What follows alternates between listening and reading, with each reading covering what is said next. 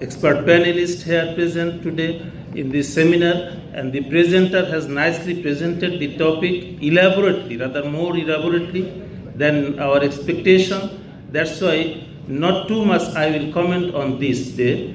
Just only few points that when a patient comes to a clinician having COPD, he does not mention that he has got COPD. He mentions his complaints regarding cough, regarding shortness of breath, and if the physician does not suspect that to be a patient of COPD or asthma or something, and if the spirometry is not being done and not being done properly, then there is a chance to be not recognizing the patient as having COPD. So that is the reason all over the world this disease, though there is a great mortality of more than 3 million deaths annually and the third leading cause of death, even then this is still underdiagnosed and so undertreated. Number two is that most of these patients are above 40, 50, 60 like that, and they have got some comorbidities along with them. So a pure COPD patient without any other comorbidities is not, is not the majority. Rather, majority will have some comorbidities.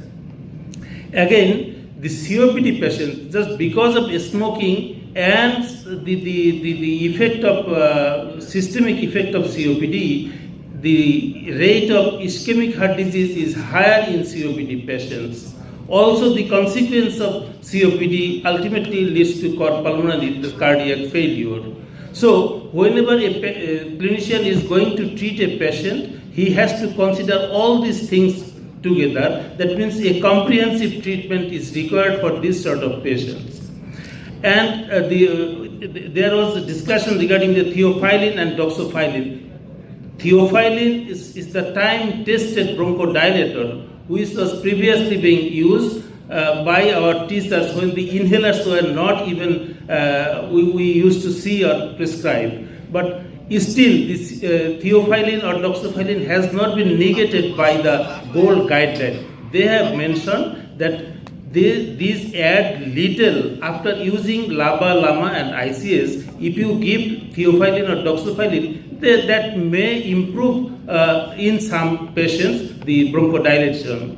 So that can be used, but the risk of, because the narrow therapeutic windows of theophylline and doxophylline is a factor. That's why we must be very much cautious regarding prescribing this doxophylline or theophylline. Again, these patients, whenever we are going to treat, we have to give the lesson to each and every patient. The treatment must be individualized. It's not that all the patients of COPD will be given a prototype LABA-LAMA ICS and that will be improving. And of course, the clinician will have to teach the patient regarding the technique of inhalation. Each visit, each time the patient represents himself, the clinician should see the technique of inhalation, whether he can inhale it properly or not. And then the chances of recurrent infections and exacerbations, we have to vaccinate these patients, especially for influenza and pneumococcal vaccinations. So today I just conclude here. Thank you all. Thank you for patience hearing.